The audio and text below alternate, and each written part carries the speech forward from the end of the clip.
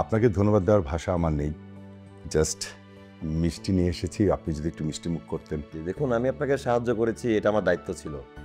আর আমি সবসময় সত্য আর বাস্তবতার পক্ষে। আপনি যদি নেক্সট টাইম বিপদে পড়েন অবশ্যই আমার কাছে আসবেন। আমি আপনার বা আপনাদের সবার পাশে আছি। Thank you sir. স্যার একটু মিষ্টি মুখ করেন, আমি তাহলে উঠি। দেখুন, আসলে আপনার মিষ্টি অফিসে বসে খেতে আমার কোনো আপত্তি নেই, তবে আসলে অফিসে বসে এই মিষ্টি খাওয়াটাও আমি মেনে নিতে পারি না। আবার আপনাকে মিষ্টি আপনাকে ফেরতও দিতে আসলে আমার মন চাচ্ছে না। তবে একটু উপায় আছে। বজলু সাহেব, বজলু সাহেব, স্যার এই আচ্ছা শুনুন না, এই মিষ্টির প্যাকেটটা নিয়ে অফিসের সবাইকে খেতে দেন, আমরা সবাই মিলে আজকে মিষ্টি খাবো। জি জি স্যার, জি। স্যার আমি উঠি। প্লিজ বসেন তো, আপনিও মিষ্টি খাবেন আমাদের সাথে। আর আপনার কাছে আমার একটা রিকোয়েস্ট আছে, আপনি আমাকে স্যার করে ডাকবেন না, আপনি আমাকে নাম ধরে ডাকবেন। আমি আপনার ছেলের মতোই, আপনি আমার গুরুজন, আমার পিতার মতোই। সো স্যার ডাকা দরকার নেই।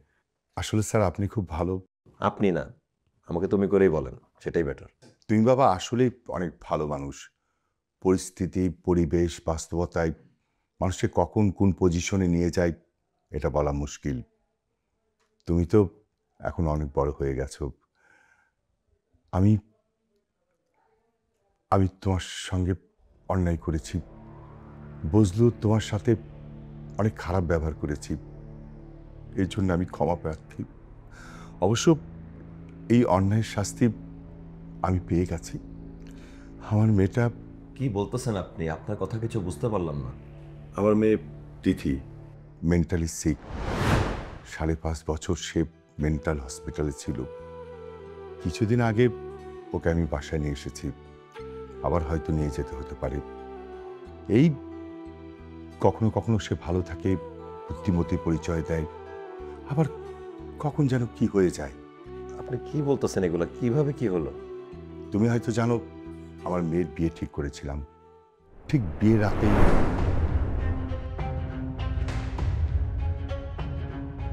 কি রে দিদি, দাঁড়িয়েছিস কেন? চল। বাবা, আমি এই বিয়েটা করতে পারবো না, তুমি ওদের সবাইকে না বলে দাও। বিয়ে করতে পারবি না মানে কি? বিয়ের সমস্ত আয়োজন কমপ্লিট হয়ে গেছে, ঘর ভর্তি মেহমান। একটু পর আমরা সবাই মিলে কমিউনিটি সেন্টার রওনা দিব। এখন বলছিস বিয়ে করবি না? দেখ, আমার কথা অবাধ্য হবি না। যদি অবাধ্য হোস আমি কি করতে পারি সেটা তুই ভালো করে জানিস। প্রস্তুত হ। বাবা, আমি প্রস্তুত, কিন্তু বিয়ে করার জন্য না, আত্মহত্যা করার জন্য। দেখতে পাচ্ছ বাবা, আমি সবগুলো ওষুধ খেয়ে ফেলেছি। বাবা, আমি শফিককে অনেক ভালোবাসি, আমি ওকে ছাড়া আর কাউকে বিয়ে করতে পারবো না। ওকে ছাড়া আর কাউকে বিয়ে করাটা উচিত হবে না বাবা, আমি পারবো না।